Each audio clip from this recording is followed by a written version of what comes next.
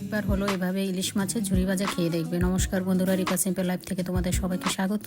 আজকে আমি তৈরি করে নিলাম ইলিশ মাছের ঝুরি ভাজা। এখন আমি একটা মাছ নিয়ে নিলাম, নিয়ে এটাকে কেটে ধুয়ে পরিষ্কার করে কড়াইতে লবণ আর হলুদটা দিয়ে আমি একটু জল গরম দিয়ে দিলাম। আর এখানে মাছগুলো সিদ্ধ করে দিলাম। সিদ্ধ করা মাছগুলো থেকে আমি কাঁটাগুলো বেছে নেব। আর এখানে আমি একটা কাঁটাও রাখবো না, আমি সম্পূর্ণ কাঁটাগুলোকে বেছে নেব। আর আমি প্রথমে বড় কাঁটাগুলো ফেলে দেব। তারপর আমি একটা যে ঝাড়ঝাড়টা নিয়েছিলাম এর নিচে কিন্তু আমি একটা বাটি নিয়ে নিয়েছি।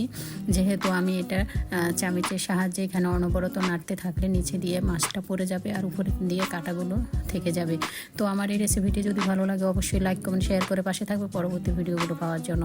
আর আমি কড়াইতে তেল গরম দিয়ে এখানে পেঁয়াজ কুচি, রসুন দিয়ে, কাঁচামরিচ দিয়ে, আলু দিয়ে আমি এটাকে ভেজে নিলাম। তারপর মাছের মাথাটাকে আমি ছোট ছোট টুকরো করে এর ভিতরে দিয়ে দিলাম। দিয়ে এখন এখানে আমি আদা আর পেঁয়াজ রসুনের একটা পেস্ট আবারও দিয়ে দিলাম। দিয়ে যে মাছটা আমি রেডি করেছিলাম ওটা আমি দিয়ে দিলাম। দিয়ে ভালো করে অনবরত নাড়তে থাকবো। তারপরে এখানে পর্যাপ্ত পরিমাণে মরিচ, হলুদ আর লবণ, জিরে ধনিয়ার গুঁড়োটা দিয়ে দিলাম। তবে এখানে প্রচুর পরিমাণে মরিচটা লাগবে, কেননা এটাতে একটু ঝাল না হলে খেতে একদমই ভালো লাগবে না।